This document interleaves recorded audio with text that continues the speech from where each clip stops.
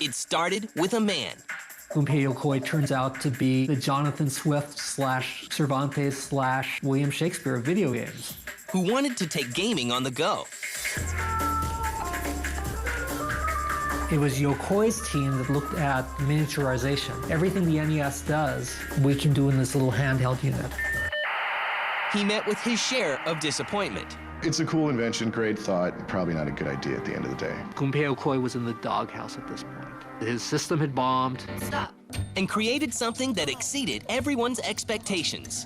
The GBA is definitely the most successful console in the history of mankind.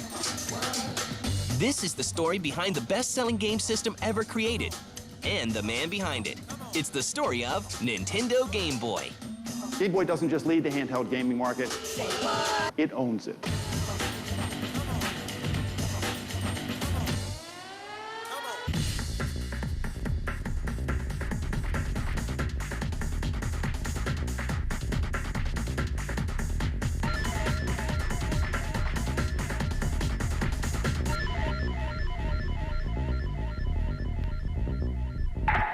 The year is 1965, and a successful entrepreneur named Hiroshi Yamauchi is at the head of a playing card manufacturer named Nintendo.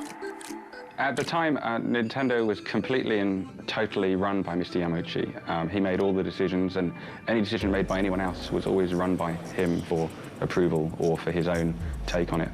He's a very stern businessman, very shrewd, very smart. I would say he is a genius, but a tough businessman. Yamauchi-san is a hard ass. I think that's the best way to describe his style of management. Well, he was one of the early pioneers at Nintendo. That man demanded a lot from his troupe and from his team. At the time, he was 100% in control of every detail, and so everything had to go through him. And a young technician from Kyoto comes on board to maintain Nintendo's factory machinery. Their plant technician, the guy who made sure that the assembly belt was working properly and that the plant equipment was working properly, was this guy named Gunpei Yokoi. Quiet guy, unassuming guy, very smart guy, very loyal, dedicated guy, who at night liked to go home and experiment at making toys. It's not long before Gunpei's experimenting gets him noticed. Yamauchi came to him and said, "Do you think you could make a toy for us to sell?" Now in America, we'd say, "Sure, what's in it for me?" That didn't occur to Gunpei Yokoi. He said, "Sure." And he came back with some of the inventions he'd made. His first invention was like this mechanical arm that was basically just would grab things. And that was one of the early things that he developed for Nintendo, and it sold pretty well. The toy, called the Ultra Hand, is released in 1970 and sells over 1 million units that holiday season. Toys didn't have to be brilliant back then. They just had to be simple and fun and easy to manufacture. And this was in the pre-Japan taking over the world period. So there wasn't a lot of money. Cheap was good. Yokoi's toys worked well. They sold well. But Yamauchi saw that there was something special about Yokoi, that he had a great creativity. The other thing that's really remarkable about Yokoi, he was very charismatic. Gunpei Yokoi turns out to be the Jonathan Swift / Cervantes / William Shakespeare of video games. On August 28, 1980, Nintendo releases another of Gunpei Yokoi's inventions, the Game & Watch. So in the beginning, he came up with the Game & Watch unit and made himself a name at Nintendo. And he kind of expanded that product as the years passed. He added a 2-screen Game & Watch unit that was very popular. This was the period where Mattel and Coleco were battling with light diode football games and racing games. And here, using LCD screens, they added a little more image to them. Nintendo wasn't the only company doing these at the time. A number of companies did. Timeout electronic games from Mego.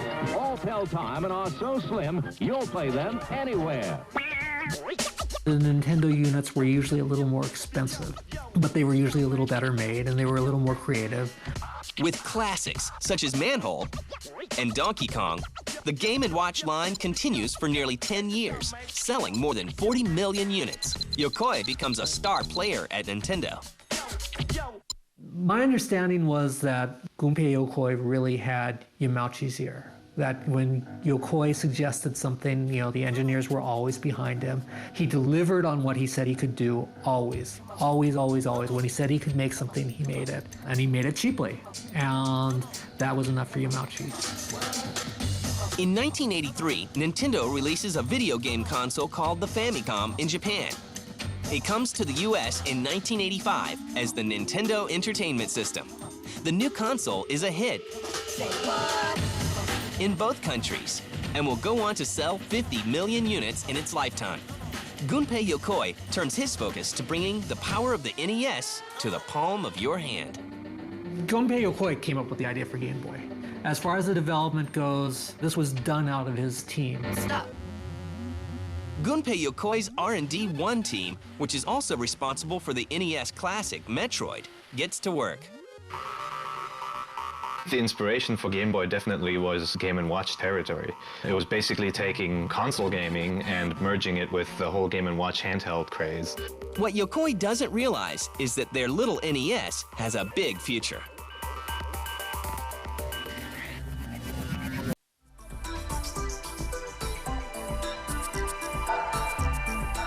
In 1989, Gunpei Yokoi is finishing up work on a special project. The motivation to create Game Boy was that the NES or the Famicom was a world power. Nintendo owned between 93 and 97% of the world console market by 1989, and the world console market was huge. It was huge. So they said, well, look, here's a chance for us to go from just this little piece of business to a much bigger piece of business. Portable Game Boy is launched with an initial selling price of $169.99.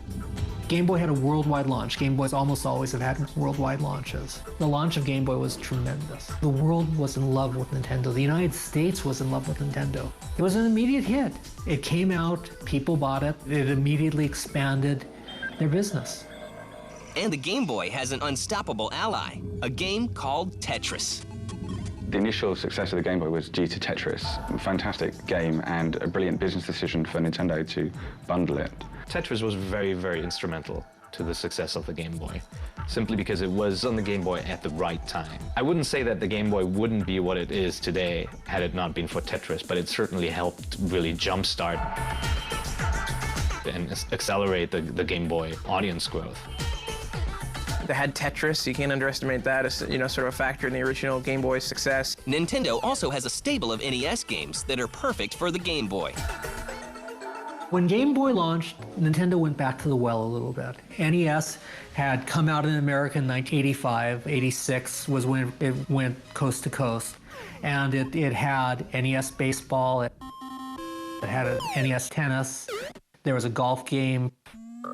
Nintendo went back to a lot of these very easy games and ported them over to Game Boy. But the launch titles looked an awful lot like launch titles for the NES.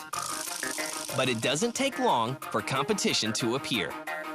Atari came out with Lynx at the same time that Game Boy came out, and they had to be thanking their lucky stars over at Atari because, here comes Game Boy, little tiny screen, black and white, very low resolution. They said, they'd gotten to go see a demonstration of Game Boy. I like Game Boy. And they laughed and laughed and laughed till they cried because the thing was so pathetic. What they didn't realize, and what Nintendo has always focused on, was if you're going to play a portable game, people are thinking cheap. They're thinking convenient. One of the key advantages of the Game Boy was that it was low cost and that it didn't have any moving parts in it. So there wasn't a disk drive or anything. It was all cartridge based, and it didn't have a light in it. So you could play Game Boy games for a very long time, and that's very important for the target group of the Game Boy. It was kids. You could take out a Lynx and play for 2 hours maybe, and you would have to either carry some spare batteries or run back home and get some. And for going on trips or being on a long bus ride and a train ride, it just wasn't feasible. Although the Lynx was technically a more powerful system, it quickly finds itself in bargain bins. While Game Boy sales continue to climb. In 1991, Sega and NEC also enter the handheld market. Game Gear was similar in that it had a really cool screen. You could even watch TV on it. It just looked great. But in order for the screen to be that great, it had to be powered by a lot of battery power, and that meant that the batteries didn't last very long. And then at the same time, NEC came out with its Turbo Express. Again, a better screen, color screen, backlit screen, but it's playing actual console games. But the problem is, both of these units cost more than Game Boy. Even though the NEC Turbo Express played console games, the library was nowhere near the size of the Game Boy library. and you gotta harp on the battery life again. Thanks to longer battery life, a larger selection of great games, and a cheaper price point, the Game Boy comes out on top, selling 32 million units by 1992.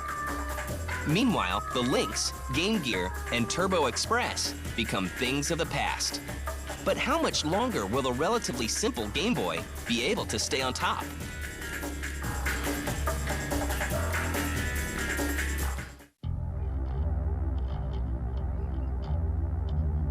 Nearly 5 years after its 1989 launch, and more than 50 million units later, the Game Boy gets the first of many upgrades, the Super Game Boy. 1994, the first jump for Game Boy was the Super Game Boy. Super Game Boy was a peripheral that you could put in your Super NES that would let you play Game Boy games in a Super NES. Now, if you can think of anything that would be dumber, instead of playing these big, beautiful, full-color, highly detailed Super NES games, you could now play these $19 Game Boy games on your Super NES. It did not make a lot of sense. At the same time, Sega came out with 32X. It gave you more color, it gave you better sound, it gave you bigger games. That made sense. It made a lot of sense, right? So what happens? Sega sold 300,000 32Xs. Super Game Boy sales were in the millions, multiple millions. Who could figure out why? But people wanted to play their Game Boy games on the big TV. Jagged as they looked, it was pretty stupid stuff, but people bought it. They snatched it up. It brought some new life to the Game Boy. In 1995, color finally comes to the little handheld that could, but not in the form of a color screen. Another thing that brought new life was not Game Boy Color, but Color Game Boy. Game Boy came out in 1989. For a while, it was really hot, and then it became a backwater for a while. So they came out first with Color Game Boy. And I still remember Peter Main, the vice president of Nintendo, standing up at CES and saying, you know, you people are always asking, when are we going to come out with a Color Game Boy? Well, here it is. What Color Game Boy was Game Boys with colored outsides. You know, ha ha ha, funny joke there, Peter. Weird as it sounds, people liked it. It brought Game Boy sales up. Go figure. Just a different color outside Game Boy. The next step for the Game Boy was to become smaller. 6 years after the original Game Boy came out, Nintendo released the Game Boy Pocket. What it was kind of a tweaked version of the original system. Even though, you know, you might not immediately notice the contrast of the screen. The screen itself were just much better. You could see much more. The screen didn't blur as easily when you moved. So with this Pocket upgrade, you get a much smaller unit, a unit that used smaller batteries, something that you could put in your pocket and really bring along with you. It looks like Nintendo just can't lose. But that changes in 1995, when the father of Game Boy, Gunpei Yokoi, releases what will become Nintendo's biggest flop, the Virtual Boy. He was interested in the experiment about, could you make games 3D? Could you actually make it so that instead of feeling like you were looking at an image, you were looking at an object? And that was kind of the impetus. The whole Virtual Boy debacle was a very interesting one, especially because I was privy to more information than many people. The Virtual Boy had very few redeeming features. It wasn't proper 3D, it was only in red, it was attached to a tabletop and wasn't movable, it wasn't portable or lightweight or anything. There was just nothing redeeming about it. And the ultimate frustration for me was that they had a much better system in development that got cancelled that might have been successful. You never know. But the Virtual Boy certainly had no chance of success with all its unusual decisions that they had taken. It didn't really sell that well. People didn't really like it. It gave people a lot of headaches because you'd look into it and it was red, it was flickery, and if you played it for too long, I think your eyes might melt. Because you were staring at red and black and only red and black for a long time, people tended to get dizzy. If you played it for like more than an hour, when you looked away, you couldn't see red anymore. It's a cool invention, great thought, probably not a good idea at the end of the day. Because of the Virtual Boy's abysmal performance, Yokoi is left behind in favor of other designers. Gunpei Yokoi was in the doghouse at this point. His system had bombed. In corporate Japan, there's something called a window seat. And a window seat basically is you screwed up, you did something wrong, and instead of firing you or you know, reprimanding you every day or giving you you know, another chance, they basically let you sit by the window and occupy you with something, but not really let you make decisions that affect the company. And that's exactly what happened to Yokoi. He got a window seat. So it was a pretty tough time. You have Yokoi, and they're leaving him with this disaster. They're saying, you are going to man this disaster, and you will be ignored. No one's going to come talk to you. You're going to be associated with this joke of a system, while everyone else is going to look at our big N64, the system of the future. Gunpei's first big failure has him down, but his sights are set on starting something new.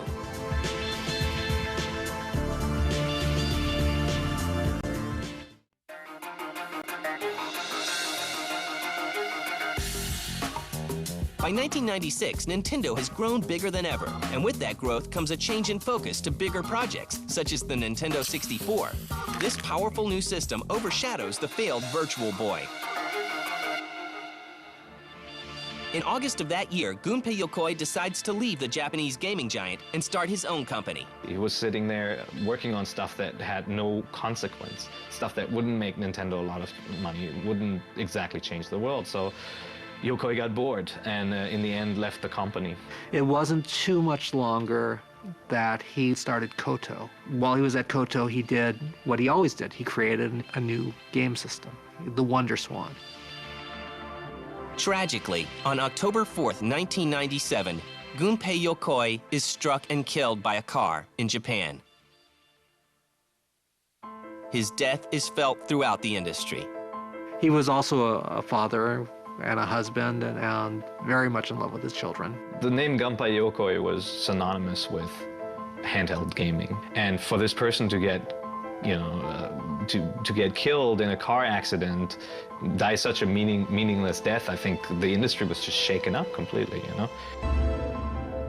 Yokoi's legacy lives on in his creations, and Nintendo continues to build on his greatest invention. Nintendo had been working on color Game Boys for many, many years before the color Game Boy actually came out. They had a policy, quite rightly, that they wouldn't release a color system until they could have almost as good battery life as their black and white system.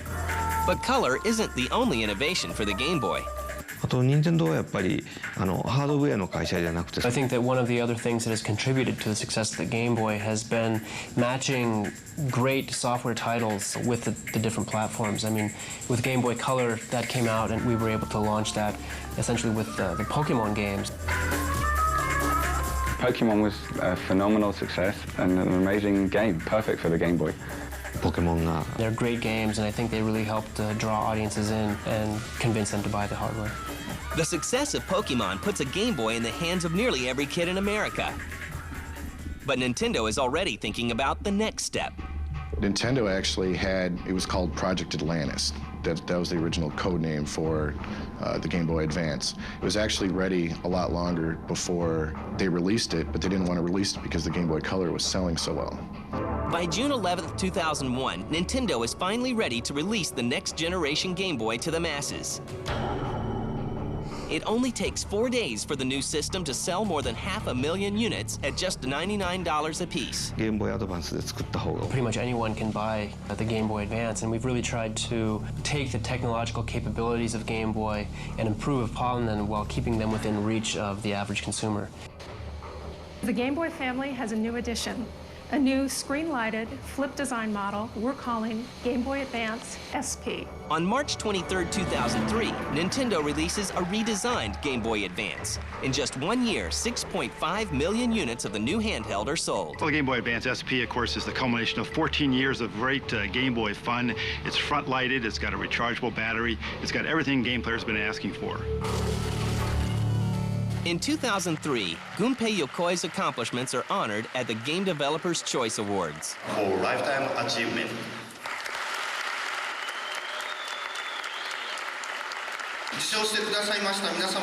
If my father were able to attend the ceremony, the joy that I could feel as his son would have been something no words of mine could ever express. To him, and thank my Father in heaven, to whom I have an ever-increasing feeling of love and respect. Thank you. Nintendo continues to push the envelope of portable game design with the DS. That this is not a replacement for Game Boy. For Nintendo, DS is an interesting experiment. The future for Game Boy is the Game Boy is going to get smaller and cheaper. In the past, there's been other handheld systems that have better technology, but for one reason or another, GBA just has plowed through them all and totally dominated. Today, the Game Boy series of handheld systems have sold more than 160 million units worldwide. Other companies are trying to challenge its dominance, like Sony's PSP. But there's no denying that Nintendo's handheld is the most successful portable game system in history. 9 serious competitors have made a run at Game Boy in the past 15 years, but 9 have failed. Game Boy doesn't just lead the handheld gaming market, it owns it.